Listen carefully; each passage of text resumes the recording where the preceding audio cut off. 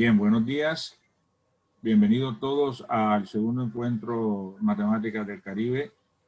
Bien, el día de hoy vamos a tener la charla del profesor Leonardo Andrés Poveda Cuevas. El profesor Leonardo es candidato doctoral del Instituto de Matemáticas y Estadísticas de la Universidad de Sao Paulo. El profesor trabaja en ecuaciones diferenciales, el tema de volúmenes finitos. El día de hoy nos estará brindando la ponencia titulada Estimativas de error para discretizaciones del Laplaciano por método de volúmenes finitos en mallas esféricas, geodésicas y cosaédricas. Bienvenido, profesor. Adelante. Bueno, muy buenos días para todos. Primero que todo, pues agradezco al comité del evento, especialmente pues a Giovanni y a Carlos. Muchas gracias por la invitación. Y bueno, para comenzar, básicamente pues el trabajo es un poco, digamos, ligado a lo que habló el profesor Juan Carlos hace un momento. Y bueno, algunas ideas particulares como los sistemas de ecuaciones y ese tipo de cosas, pues, digamos, él ya dio, digamos, una idea general de las cosas y en mi caso, pues, funciona casi similar. Bueno, la idea de la presentación es básicamente, bueno, dar una introducción, los preliminares del problema y, bueno, aquí entramos a parte de la discretización del operador, que en este caso va a ser el laplaciano. Estudiamos algunas características de esa discretización y al final, pues, obtenemos algunas estimativas de error. Y, digamos, en particular, pues, esto está basado en hechos de experimentos numéricos y la idea básicamente es encontrar estimativas de error de forma teórica. Y pues a medida que voy avanzando, voy comentando cuáles son las dificultades de este problema. La motivación básicamente, bueno, el profesor Juan Carlos ya dio algunas ideas. En este caso es modelar ecuaciones diferenciales en un dominio particular. En mi caso estamos modelando ecuaciones diferenciales en la esfera. Obviamente, ¿para qué? Pues existen algunos modelos interesantes como la previsión numérica del tiempo, modelaje de clima, por ejemplo, ciencias ambientales, bueno, en fin, tiene un montón de aplicaciones bien interesantes. Y digamos, esos modelos pues manejan lo que uno conoce como operadores diferenciales o ecuaciones diferenciales parciales en este caso. Entonces la idea primera es básicamente tener el modelo, después discretizar la esfera como dominio. En este caso pues estamos usando mallas esféricas y cosaédricas. Después planteamos nuestra discretización, que en este caso es el laplaciano, y discretizamos ese laplaciano vía elementos, volúmenes finitos.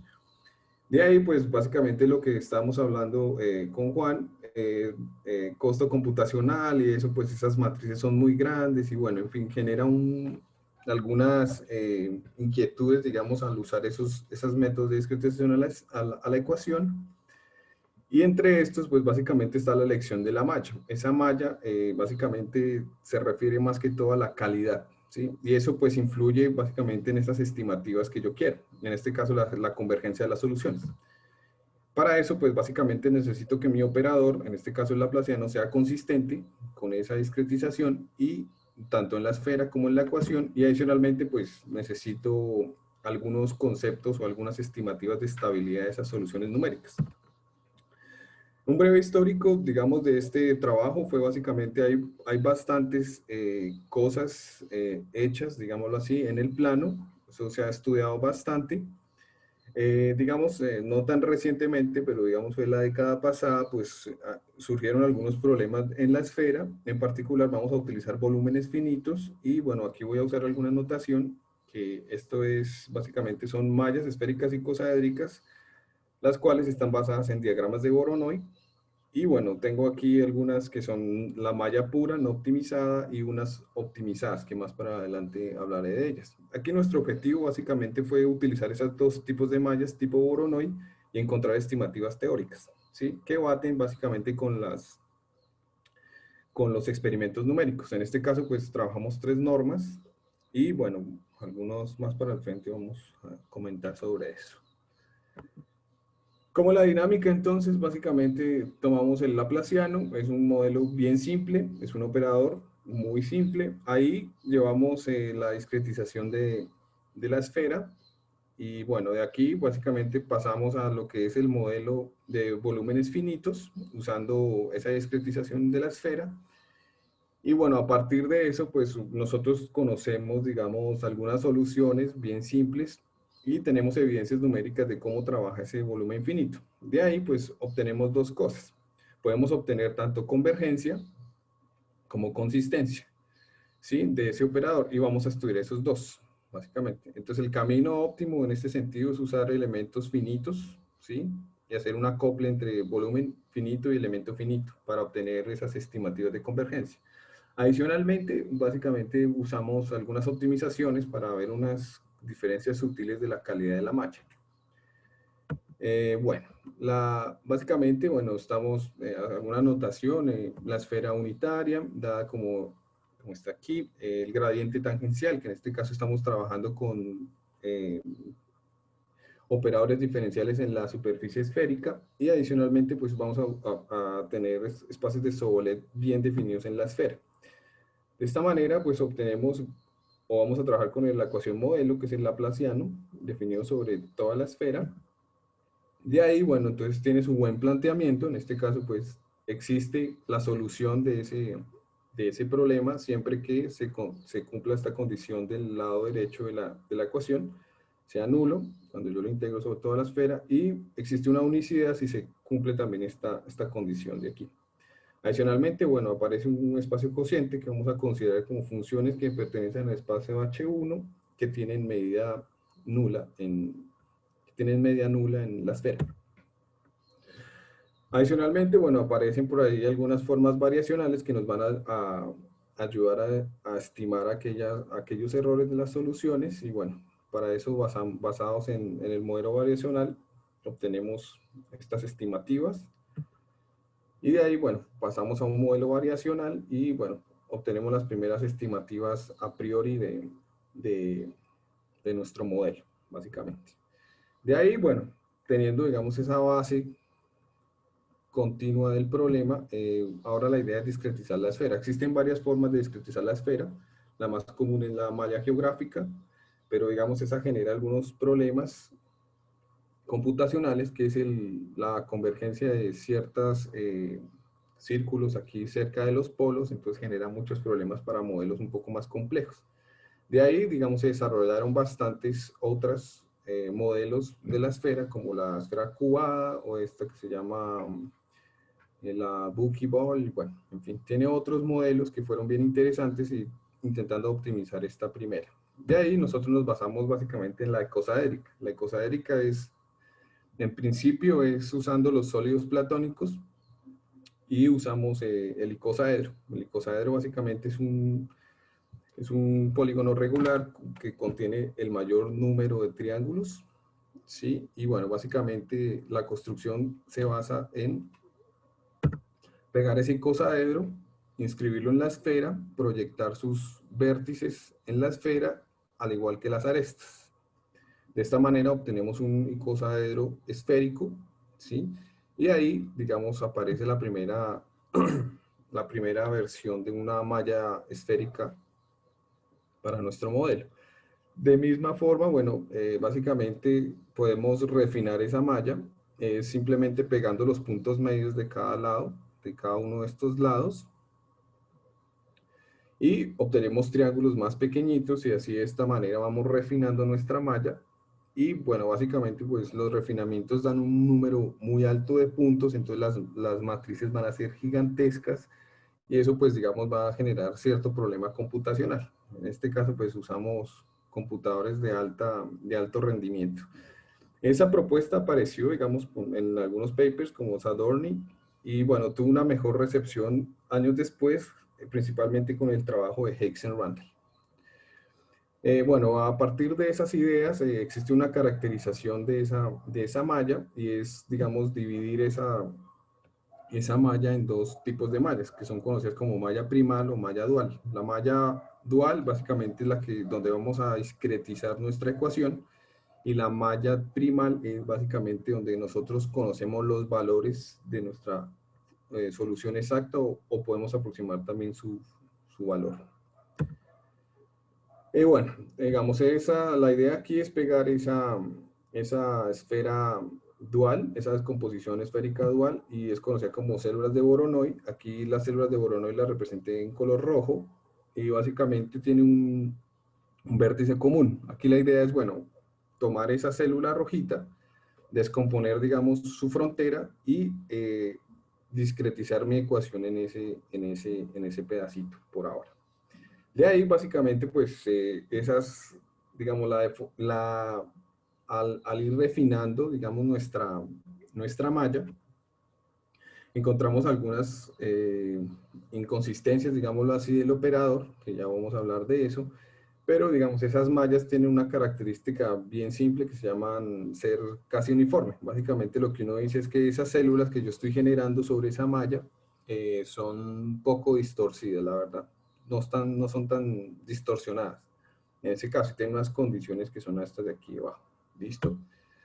Entonces, la idea es siempre usar los puntos medios de las arestas. Aquí vamos a usar punto medio de la aresta roja y punto medio de la aresta azul. Y la cosa es que esos puntos en general deberían coincidir, pero como las células son, o las celdas son un poco distorsionadas, entonces esos puntos no coinciden y básicamente me va a generar pequeños problemas en la discretización. Una propiedad fundamental de esa malla de Voronoi de la NUA es básicamente su ortogonalidad entre esas dos arestas, entre la azulita y la roja en este caso.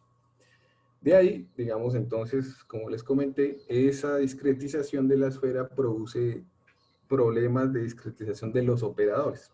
Y básicamente está en lo siguiente, como yo voy a aproximar cierto flujo en cierta aresta, hay una diferencia grande, digamos, entre la distancia del punto medio de la aresta azul y la aresta roja. Entonces, digamos, esa diferencia me va a generar ciertos problemas de inconsistencia en el operador. Entonces, la idea básicamente es optimizar geométricamente esa malla primero. Entonces, existen en la literatura dos optimizaciones súper fundamentales, que es la SCBT, que es Spherical Centroidal Voronoi Tessellation. Básicamente es forzar el vértice, el punto negro en este caso, y forzarlo a ser el punto verde. Y básicamente ser el centroide. O sea, forza al vértice ser el centroide. De ahí, técnicamente, tengo otra que es la Hexen-Randall, y esta básicamente se basa en ajustar la intersección de las arestas, en este caso de los puntos medios. De ahí, bueno, algunas propiedades geométricas fueron dadas. En este caso, pues, digamos, encontramos diferencias en esas tres mallas, que es la no optimizada, la SCBT y la Hexen-Randall. Aquí, digamos, las diferencias se prestan en sus áreas, digamos, las áreas de las células generadas o las celdas generadas. Aquí también tenemos, digamos, diferencias entre los centroides, y digamos, esa es la parte fundamental. Aquí también la relación entre sus arestas, que esto significa la diferencia entre los puntos medios de cada descomposición, tanto primal como dual, y también, digamos, se ven diferencias en la distorsión de las células a medida que yo voy refinando la malla. Esas son, digamos, ideas preliminares que ya se han hecho, pero la idea de nosotros es básicamente pegar nuestro laplaciano. En este caso, integramos entonces nuestro laplaciano sobre una de las células dadas, en este caso células de Voronoi. Usamos la fórmula de Green, en este caso, y descomponemos esa frontera de Voronoi en aquellas arestas gamas que yo llamé, que eran las rojitas, básicamente. Entonces, la primera idea es aproximar esa integral en el punto medio, y de ahí volver a aproximar ese gradiente en el punto medio a través de un método de diferencia finita centrada. Aquí, digamos, aquí es donde se ve notoriamente la pérdida de orden debido al a la diferencia entre los puntos medios de las arestas. Entonces eso es lo que nos va a generar cierto problema. Aquí alguna notación adicional, básicamente es, digamos, tenemos el flujo continuo sobre la aresta roja, su aproximación va a ser dada como esta diferencia finita, y bueno, denotamos aquí el lado derecho de la ecuación básicamente como su valor medio en cada célula. Ahí básicamente obtenemos entonces un esquema de volúmenes finitos, dado de esta forma. El n básicamente es el número de puntos que voy a obtener en el sistema, y bueno, eso va a generar, en general genera un sistema lineal que básicamente existe su solución siempre y cuando se cumplan estas dos condiciones. Por ahora, es una forma discreta de las formas continuas de existencia de unicidad. De ahí entonces aparece el primer problema, que es la inconsistencia.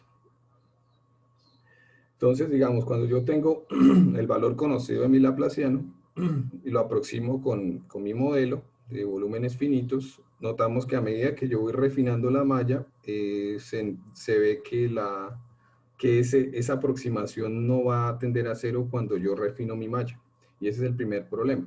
Solo que vía evidencias numéricas, aun cuando este operador es inconsistente, está generando soluciones convergentes. Y aún así son soluciones superconvergentes, o sea, son de orden mayor a lo que uno espera. Ya vemos más adelante. Una forma de ver esta inconsistencia es, bueno, es tomando un experimento numérico, pegamos entonces nuestra función en coordenadas geográficas, latitud, longitud, de esta forma. Simplemente pegamos la función y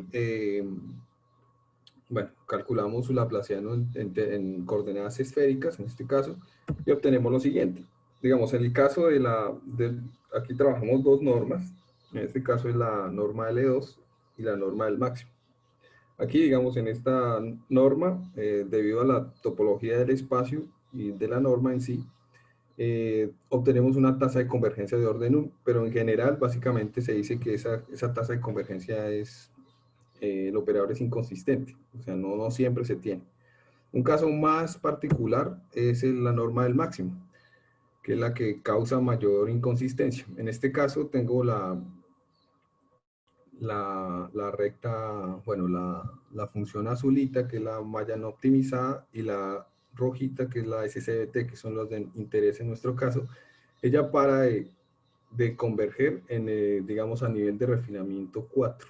Entonces ahí es donde uno habla que el operador es inconsistente. A medida que yo aumente el número de puntos, debería caer, la verdad. Y en este caso no está sucediendo. La otra optimización, la de Hexen-Randall, ella sí converge y es de orden 1 en este caso. Pero no tenemos ningún resultado teórico de eso. Entonces, las hipótesis, digamos, para obtener esas estimativas de ese operador es usar una cosa que se llama consistencia débil. Entonces, para usar consistencia débil, básicamente necesitamos tres hipótesis fundamentales, que es dirigido al método de volumen infinito. En este caso está la ortogonalidad entre las arestas y ser casi uniforme la malla. Existe una consistencia de los flujos, ¿sí? Básicamente es sustituir, en este caso, nuestra función aproximada o nuestro valor aproximado por un valor lo más próximo posible a la exacta, que puede ser o el valor mismo o su valor medio, ¿sí? Y aún más, digamos, una propiedad fundamental que tiene el volumen finito es la conservación. Entonces, es fundamental usar esta conservación. De este modo, pues, digamos, tenemos las primeras estimativas que no son nada rigurosas y ya fueron trabajadas en diferentes contextos. Obtenemos este orden de convergencia que bate directamente con la evidencia numérica. De ahí, digamos, ya utiliza un poco más riguroso. Lo que estamos diciendo es que converge ese operador o ese error de truncamiento converge francamente en la norma del infinito. Entonces hay una convergencia franca por lo menos. De ahí, básicamente, pues teniendo esa idea de la consistencia, nos falta un ingrediente fundamental que es la estabilidad de esas soluciones para poder estimar convergencia. De ahí, entonces, ahí lo que decía al comienzo, básicamente nos basamos en los modelos de elementos finitos porque ellos son más ricos matemáticamente hablando y podemos hacer una ligación, digamos, entre volúmenes finitos y elementos finitos usando, digamos, algunos conceptos de los mismos elementos finitos. ¿Cómo lo hacemos? Básicamente es usando este operador, este interpolador entre esos dos espacios, que ese sería el espacio, estamos usando elementos finitos lineales. Y básicamente usamos un interpolador entre esos dos espacios. De esta manera, pues puedo escribir mi modelo, mi volumen finito, mi esquema de volumen finito como una forma variacional y de ahí obtener un problema variacional discreto de volúmenes finitos. De esta forma, pues puedo relacionar de alguna forma los elementos finitos con los volúmenes finitos. Y bueno, aquí obtenemos unas otras estimativas bien interesantes para la convergencia. De ahí, entonces obtenemos estas estimativas de estabilidad de las soluciones y de ahí después básicamente vienen las estimativas que fueron, digamos, el trabajo riguroso de este trabajo. Que viene entonces, las hipótesis es usar la malla no optimizada, casi uniforme. Siempre la solución va a estar en este espacio y es solución única al problema variacional y siempre tener el flujo discreto, que era el que yo había mencionado anteriormente, y obtenemos esta primera estimativa. De forma análoga, usando ahora propiedades fundamentales de la SCBT, que esa es la malla, pues, usando un poco más regular la solución, obtenemos una estimativa mucho mayor, digamos, de orden mayor, que es de orden cuadrático, que difiere a la orden lineal que tenemos para la no optimizada.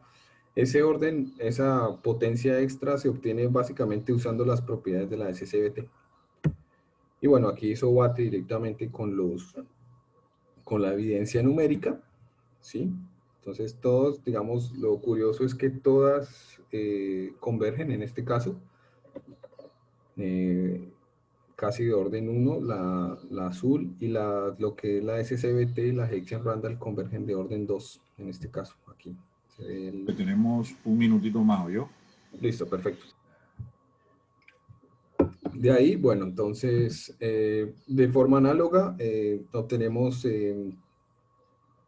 estimativas en L2 para la malla no optimizada y la malla SCBT. En este caso, la idea fundamental es obtener orden cuadrático para la no optimizada, pero dadas las dificultades de la malla, es casi imposible y es un problema abierto todavía para solucionar eso. Visto, digamos, el orden de las soluciones, en este caso, el error de la solución es cuadrático en todas las tres mallas, ¿sí? Solo que es bien complicado. O sea, aquí obtuvimos orden lineal para la no optimizada. Y de forma, digamos, un poco más rigurosa, obtenemos también estimativas para la norma del máximo. Así, tenemos, bueno, este orden que depende de ese factor logarítmico. Y obtenemos aquí orden superlinear para la SCBT, que estas pruebas básicamente dependen de la norma H1 o H1 en este caso.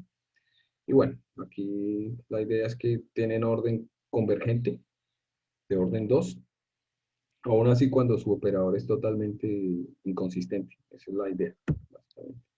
Bueno, ya para terminar, básicamente estos son como la dinámica del orden de la convergencia. Entonces, digamos, el que está como en moradito es el orden cuadrático y el que está rojito básicamente es el orden superlinear que se obtiene para la SCBT. Entonces, a partir de cierto valor H, el tamaño de la malla, empieza a converger.